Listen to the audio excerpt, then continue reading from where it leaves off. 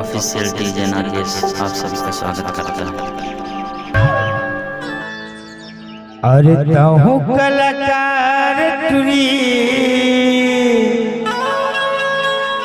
अच्छा डीजे नागेश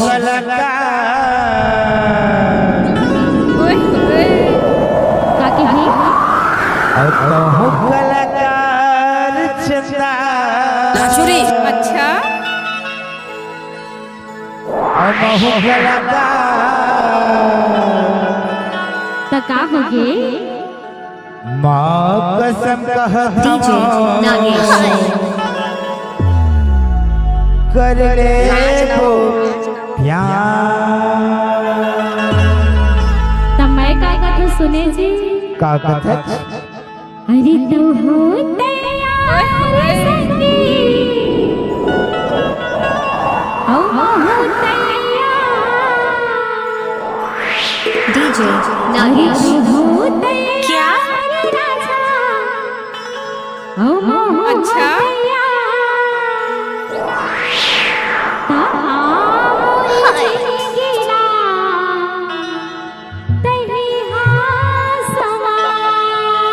तभी तुम कथा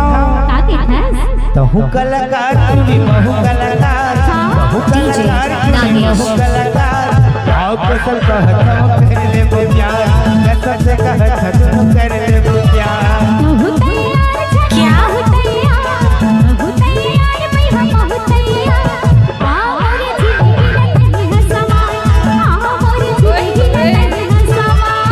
महु कलाकार टुरी महु कलाकार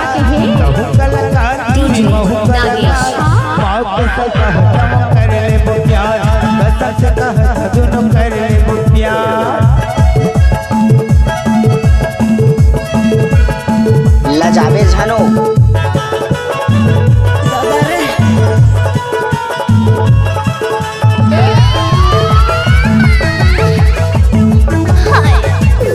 डीजे नागेश गजब माल करते डीजे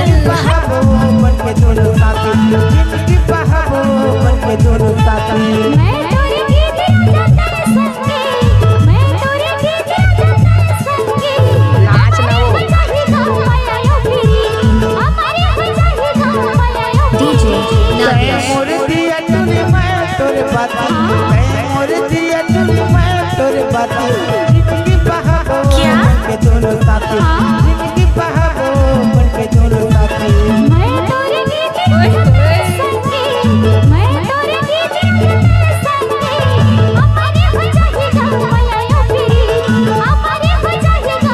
डीजे नागेश मोरे कोयली रानी मैं हया मडाल मोरे कोयली रानी मैं हया मडाल ए जी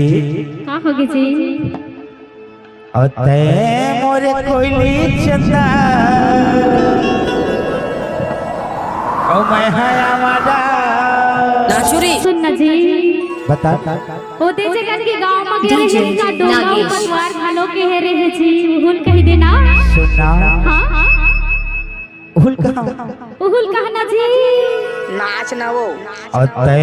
मोरे डोंगा टुरी ओ मैं पतवार तो का होगे जानू बता तो माँ कसम डीजे नागेश कसम से कहता तुम कैसे कर ले फंस गए? प्यार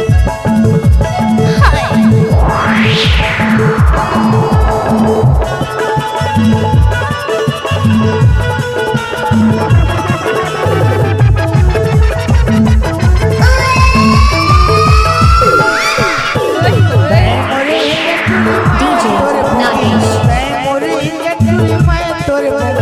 आज सरपंच वो हो गए प्रेम योगी